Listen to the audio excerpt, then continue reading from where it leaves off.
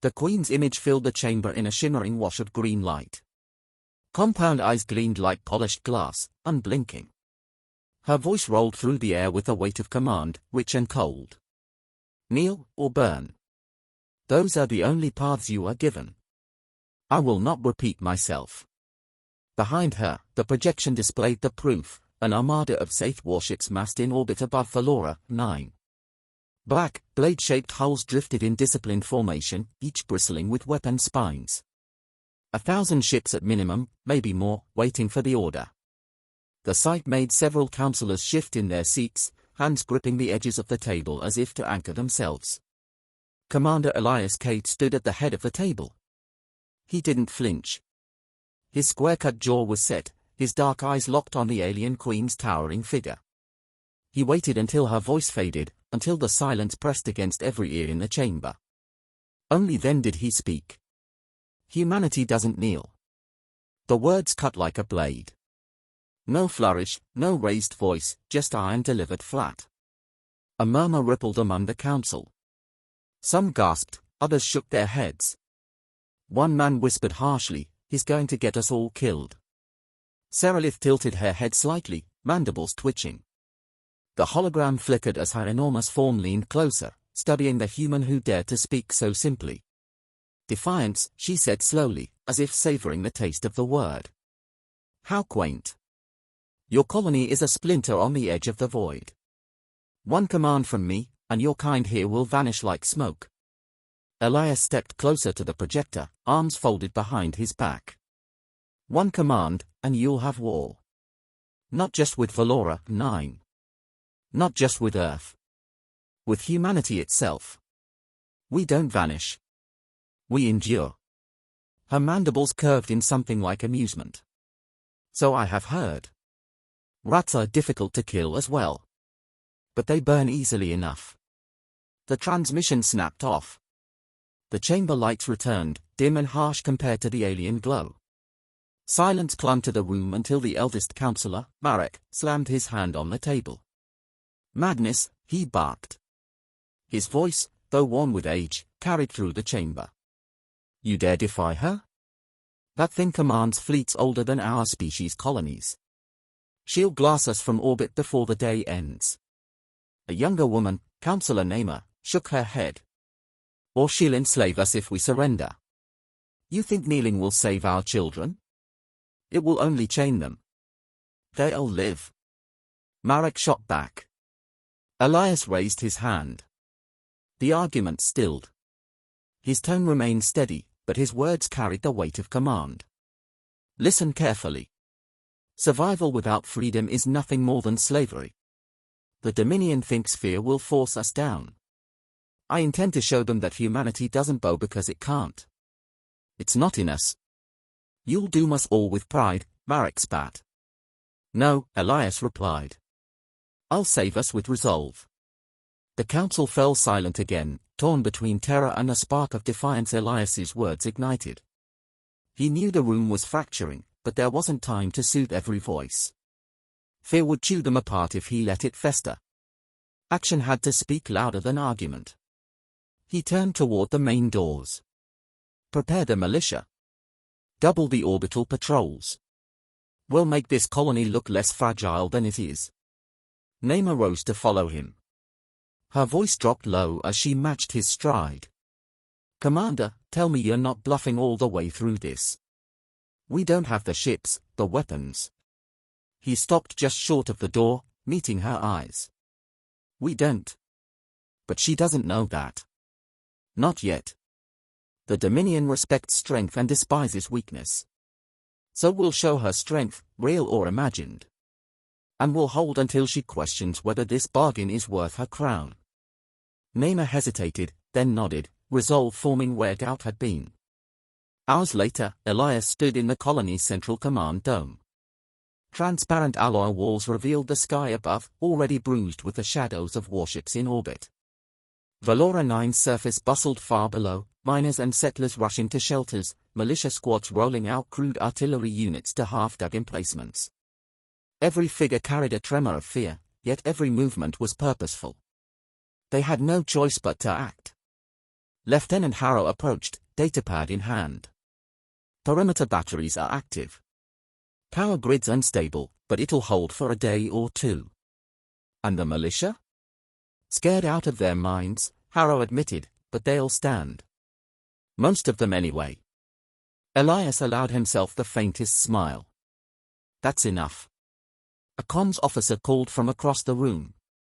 Incoming transmission, short range. Saith Patrol frigate. They want acknowledgement. Elias straightened, voice hard. Ignore it. The officer blinked. Sir. Let them stew. If they think we're scrambling, they'll smell desperation. Let them wonder why we're not answering. The officer hesitated, then nodded, cutting the line. Harrow leaned closer, voice low. You're baiting them. I'm teaching them, Elias corrected. Predators test prey. We'll teach them that humans bite back. The lieutenant studied him for a moment, then gave a sharp nod. By nightfall, the colony lay under the shadow of alien steel. The Saith fleet held orbit, waiting. The settlers gathered in their shelters whispered prayers, curses, and promises. Above them, Elias Cade stood watch from the dome, the planet's thin moon casting pale light over the landscape. He remembered Serelith's voice, smooth, regal, dripping contempt. Kneel or burn. He whispered his reply into the silence, the same words he had given her. Humanity doesn't kneel. And in that quiet vow, the first step of the bargain was struck, not with contracts or concessions, but with the refusal to bow, even as the jaws of the Dominion closed around them. That closes out Chapter 1 at roughly 1,000 words. It sets the stage, nails the ultimatum, shows Elias's stance, the colony's fear, and the Queen's arrogance, while leaving tension simmering for Chapter 2. The first night after the ultimatum dragged like a wound that refused to close. Floodlights cut through the colony's thin dusk, painting the dusty streets in sharp white lines. Families huddled in reinforced shelters beneath the surface. Above ground, militia patrols walked with rifles too light to matter against orbital weapons, their steps echoing more bravado than confidence. Commander Elias Cade hadn't slept. He stood in the command dome, eyes fixed on the sky. The Saith ships drifted overhead like a steel crown, their silent formation reminding him every moment that the Queen was patient. She had time. Humanity didn't. Lieutenant Harrow entered with a fresh datapad. Colonists are rationing. Hydroponics output cut in half to conserve water. If this drags, hunger will break us faster than plasma fire. Elias skimmed the numbers, his jaw tightening. Make the cuts, but keep morale above empty stomachs. People endure hunger longer if they think it leads to victory. Harrow frowned. That's a dangerous line to walk. Elias handed the pad back. All survival is dangerous. By morning, the council had reconvened. The chamber was thick with unease, the walls vibrating faintly from the colony's stressed power grid. Councillor Marek wasted no time. This is insanity. Every hour we delay surrender invites destruction. We should accept her terms before the Queen loses patience. Naima leaned forward. You think slavery is safety? That woman would bleed us dry. Marek slammed a fist against the table. And what's your alternative? Face the Dominion's guns with miners and half-trained militia. Commander, you can't bluff a queen who's ruled for centuries. Elias's voice cut across the tension, low but steady. I'm not bluffing. I'm buying time. The Dominion doesn't attack without calculation. If Serelith hasn't fired yet, she wants something more than ashes. That means we have leverage. Leverage? Marek scoffed. We have nothing. Elias stepped closer, his gaze sharp. We have unpredictability. She doesn't know what we're hiding. And until she's certain, she won't commit. The chamber stilled. Even Marek had no retort for that. 2 days passed. The colony hardened itself, as much in spirit as in structure. Barricades rose at choke points. Decoys were planted across the valley, hollow steel frames shaped like artillery, painted to catch the eye of enemy sensors. Civilians drilled evacuation routes. Children learned silence in the shelters as if it were a survival skill. When the first skirmish came, it was almost a relief. Enemy patrol frigate approaching low orbit, the comms officer reported. The dome's holodisplay tracked the angular ship as it dropped closer. Smaller Zaith craft detached, their spined hulls gleaming in Valora's weak sunlight. Elias didn't hesitate. Deploy Falcon Wing. Keep it visible. 3 human corvettes streaked upward, their drives burning bright. Against the frigate, they were laughably small, but that was the point. The battle lasted minutes. Plasma lances tore through the corvette's hulls, scattering burning wreckage across the upper atmosphere. But not before one corvette rammed close and detonated its remaining fuel. The blast flared against the frigate's shields, not enough to cripple, but enough to mark. Enough to sting. The colonists watched from below. For every scream at the loss of life, there were cheers at the sight of the Zaith vessel flinching. When the feeds cut, Harrow turned toward Elias. We sacrificed 3 ships for scratches. Elias kept his eyes on the fading debris. Not scratches. A message. Let them wonder why we'd throw ships away so recklessly. Let them imagine what else we might be hiding. Harrow's lips pressed into a thin line, but he nodded. That night, the Queen called again. Her image bloomed in the command dome, towering, regal, her compound eyes glinting with curiosity. You squander ships as if they are nothing. Do your kind not value life? Elias faced her with the same calm. We value freedom more. Her mandibles clicked, a faint sound like cracking glass. Curious. Most species cling to survival above all. You gamble survival like coin on a table. Elias leaned forward. You call it gambling. I call it investing. Every life we spend tells you something, that humanity will never trade freedom for chains. If you kill us, others will rise. If you enslave us, we'll break your empire from within. That's your bargain, Queen. Bleed us, and you'll bleed yourself. For the first time, Seralith did not reply immediately. Her head tilted, her antennae flexing, as if measuring something unseen. When she spoke again, her voice carried a trace of interest beneath the contempt. Your words entertain me. But I do not rule by entertainment. Give me a reason not to burn you from the sky. Elias met her gaze, unblinking. You already have one.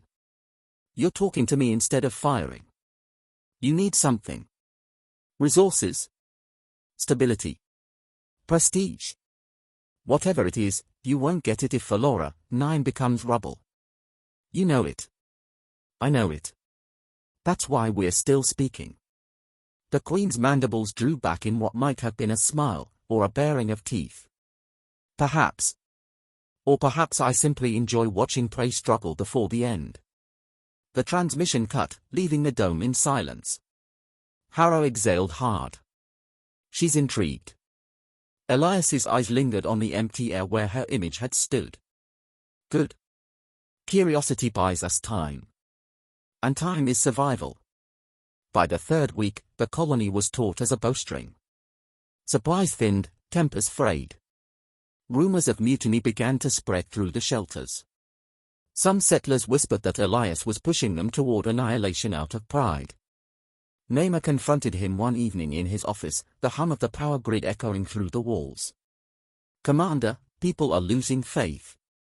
They need more than speeches. They need proof we can win. Elias rubbed at his temples, exhaustion etched deep in his face. Proof comes at the right moment, not before. If I reveal the cards too soon, Seralith sees the bluff. Then we'd better have real cards when the moment comes, Naima shot back. His gaze hardened. We will. Or we'll make her believe we do. Either way, she won't risk striking blindly. Naima studied him, then shook her head with a faint smile. You're either a genius or a madman. Sometimes, Elias said, turning back to the holodisplay of orbit, those are the same thing. Outside, the Zaith fleet loomed and changed. But beneath its shadow, humanity had begun to shift. Fear hadn't vanished, it never could, but it had sharpened into defiance. And the Queen, for all her power, had paused. The bargain was not yet struck, but the shadow of it hung heavy over Valora 9. Valora 9 trembled under the weight of orbiting warships. Days stretched into weeks, and still the Queen had not given the command to strike. That delay was Elias Cade's only weapon, but the longer it lasted, the more fragile it became. The colony's shelters stank of fear and sweat. Rations shrank to bitter scraps. Children whispered questions their parents could not answer. In the council chamber, frustration boiled. Councillor Marek pounded the table, voice hoarse from shouting. She toys with us. Every sunrise is a coin toss on whether she decides to burn this rock. We have no allies, no reinforcements, nothing but a commander's pride standing between us and annihilation. Neymar's voice cut across him, sharp but steady. And yet we're still alive. If she meant to kill us outright, she would have done it the first day. The only reason we still breathe is because Commander Cade has kept her guessing. Marek sneered. Guessing at what? We have no hidden fleet, no miracle weapon. This is smoke and mirrors. Elias, silent until then, leaned forward. His tone was calm, but the room quieted under it. Smoke and mirrors are enough, if the enemy fears fire behind them. Marek jabbed a finger at him. You gamble with lives you can't replace. Elias met his stare without blinking. Every leader in history has gambled. The difference is whether they know the stakes. The chamber hung silent, tension thick enough to choke. Elias turned away before Marek could answer. Arguments no longer mattered. Only the Queen's perception did. That evening, Elias walked the length of the command dome. The stars above flickered through the alloy windows, punctuated by the ominous silhouettes of the Dominion fleet. Lieutenant Harrow approached, carrying a datapad heavy with intercepted signals. We've been feeding her scouts the false data you approved. They've picked up our fake transmissions, claims of a fleet in jump range, hidden artillery emplacements, new weapon prototypes. If their analysts are worth anything, they are arguing about what's real. Elias nodded. That's the point. Confusion stalls aggression. Harrow hesitated. But it won't hold forever. Sooner or later, she'll test us. She already is, Elias said quietly. Every hour she waits is proof our trap is working. The second negotiation came without warning. The Queen's image burst into the dome like a storm. Her compound eyes gleamed with restrained irritation. Your colony bleeds itself dry, and still you defy. Do you truly believe deception can save you? My fleet could sweep your kind from existence in the time it takes you to breathe. Elias faced her, hands clasped behind his back. Then why haven't you? Her mandibles twitched. The silence that followed was answer enough. He pressed the advantage. Because you fear what happens if you misstep. Humanity doesn't break the way you expect. Strike us here, and we will not die quietly. We'll drag your empire into a war you can't contain. The Queen's antennae flexed, sharp with irritation. Your species is young, fragile. I could scour Valora 9 and call it an example to others. You are not worth the Dominion's resources. Yet you're still speaking to me, Elias countered. Still circling, waiting, measuring. That means you see the risk. You've ruled for centuries. You know how dangerous an enemy becomes when it refuses to fear you. Her compound eyes narrowed. You presume much. I presume nothing, Elias said. I rely on history. Every empire falls when it meets a foe willing to suffer endlessly rather than submit. Rome learned it. The Zaith will too, unless you choose differently. The Queen's mandibles spread in something close to a grin. So that is your gambit, threats wrapped in riddles. Perhaps I should burn your colony just to prove you wrong. Elias stepped closer to the projector, his voice like steel. Burn us, and you'll prove me right. Humanity will bleed you until your empire collapses under the weight of 1,000 small rebellions. Do you want Valora 9 to be remembered as the spark that consumed the Dominion? For a long moment, the Queen said nothing. Then, with a hiss like breaking stone, the transmission cut. The dome remained silent after her image faded. Harrow exhaled slowly. That was either brilliant or suicidal. Both, Elias replied. That's the trap, words sharp enough to sound like weapons. Now she has to wonder if we've already stabbed her. Namer entered, eyes wary. The colonists are reaching their breaking point. They are whispering about surrender. Some say you're dragging them into a grave just to prove humanity's pride. Elias rubbed his brow. Weariness pressed at him, but his voice held firm. Pride doesn't keep us alive. Resolve does. If they yield now, they'll live as slaves until the Dominion drains them dry. If they stand, they may die, but their children will live free. Namer studied him, her voice softening. You believe that with everything you are, don't you? Yes, Elias said. Because if I didn't, I'd already be kneeling. The colony strained harder as days passed. Food lines stretched, tempers snapped.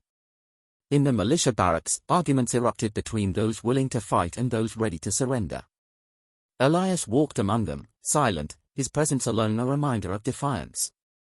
One evening, a miner cornered him outside the dome, face gaunt from hunger, eyes burning with accusation. My son hasn't eaten in 2 days. Tell me, Commander, what do you wager his life on? Another speech? Another bluff? Elias met his gaze without flinching. I wager it on freedom. If I fail, his life is lost. If I succeed, his life is his own. That's the only bet worth making. The man's anger trembled into silence. He turned away without another word. At dawn, the Dominion fleet shifted. Scouts peeled off, testing the colony's defenses. Distant plasma fire lit the sky as automated turrets responded. The Queen was pressing, probing, pushing the edges of Elias's bluff. In the dome, Harrow reported, she's tightening the noose. If she doesn't strike outright, she'll strangle us with fear until we collapse. Elias's eyes stayed on the display of orbiting ships. Then we force her hand.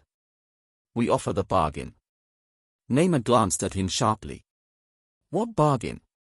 The one that leaves her thinking she won, Elias said. But only if she accepts our terms first. That night, Elias dictated a message, his voice cold and measured. To Queen Serelith of the Zaith Dominion. You believe we are prey. Perhaps we are. But humanity is prey that bites. If you strike Valora 9, you will win, but you will bleed, and your empire will remember the wound long after we are gone. Or we can bargain. You leave Valora untouched, and humanity considers your dominion tolerable. He ended the recording and looked at Namer. Now we see if she wants an empire of ash or an empire that endures. Namer exhaled slowly. You're walking a blade's edge. Elias allowed himself the ghost of a smile. That's where traps are sharpest. The colony waited under the weight of silence. Above, the Dominion fleet shifted once more, like predators deciding whether to pounce or to pause. The trap of words had been set. The summons arrived at dawn. A Dominion shuttle descended through Valora 9's sky, its hull glinting black like a shard of obsidian. It hovered above the colony's landing zone with a silence that carried menace. The message was clear, the Queen wanted Elias Cade face to face. In the command dome, officers pleaded against it. It's a trap, Harrow argued. She'll kill you the moment you set foot on her flagship. Or worse, Namer added quietly, she'll parade you as proof of submission. Elias listened, then shook his head. If I stay, the colony rots waiting. If I go, we force her to decide. I'd rather gamble on one meeting than slow starvation. Harrow clenched his jaw. At least let me send an escort. She asked for me alone, Elias said. That's the only way this works. Namer caught his arm as he turned. You're betting everything on words. He met her gaze. Words are all we've ever had. The Dominion flagship hung in orbit like a cathedral carved from night. The shuttle pulled Elias into its vast hangar, where armored guards lined the walls in perfect silence. Their chitinous plates glistened, weapons clutched like ritual implements.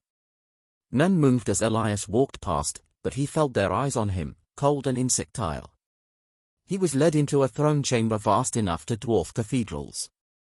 Pillars of bone-like alloy curved upward into darkness. At the far end sat Queen Serelith, her massive form draped in a living mantle of armored attendants who clung to her like extensions of her body. Her eyes burned with predatory focus as Elias approached. "You come without arms, without guard, without armor," she said, her voice echoing through the chamber. "Are you fearless, or simply foolish?" Elias stopped a dozen paces from her throne. "I came as you commanded. Fear has nothing to do with it." A ripple of amusement passed through the attendants, a clicking chorus that faded as quickly as it began. Serelith leaned forward. "You offer me a bargain. Speak it now, before I tire of your defiance." Elias clasped his hands behind his back, posture straight. "Valora 9 remains free. In return, humanity does not seek war with the Dominion. You claim victory by allowing us to live on your terms, and I return to my people with proof that your word carries weight." The Queen's mandibles flexed. "You dare presume I would grant mercy to insects who defied me?" Elias's voice cut sharp. "I presume nothing. I offer you a choice: crush us and bleed for it, or leave us and gain stability. Which is worth more to your empire?" The chamber hushed. Even the clicking attendants froze. Serelith's antennae twitched, measuring his words. "You believe your defiance is worth the attention of empires? That humanity's scraps of colonies can alter the course of history?" "Not scraps," Elias replied. "Seeds. You can burn Valora today, but tomorrow 10 more colonies rise. Every time you strike, we scatter, and every place we scatter, we grow.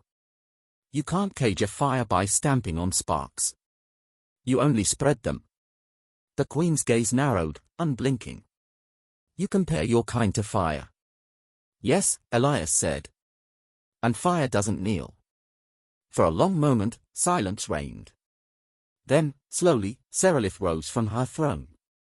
Her towering form descended the steps with a grace that belied her size. She circled him, her attendants scuttling in her wake. "You are bold," she murmured, voice low but carrying across the chamber. "Too bold for prey. I could crush you here and now. Your people would see their defiance end in ash." Elias turned his head, following her with steady eyes. "Kill me, and I become a martyr. Spare me, and you become a queen who commands even the unruly. Which will strengthen your throne more?" Her mandibles twitched again, this time with what might have been irritation, or admiration. She stopped in front of him, looming so close that her alien breath brushed his face. "You risk everything on the belief that I value stability above conquest." "No," Elias said evenly. "I risk everything on the fact that you're still listening." The attendants hissed in unison, but Serelith raised one clawed hand and silenced them. Slowly, deliberately, she extended that same hand toward Elias, claws gleaming inches from his chest. "This colony is nothing to me. Yet, you intrigue me, human. Very well.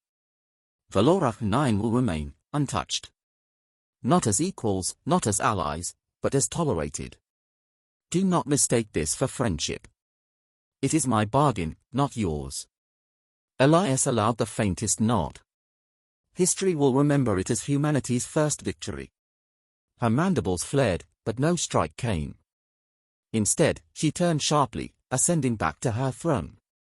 "Leave now, before I regret my amusement.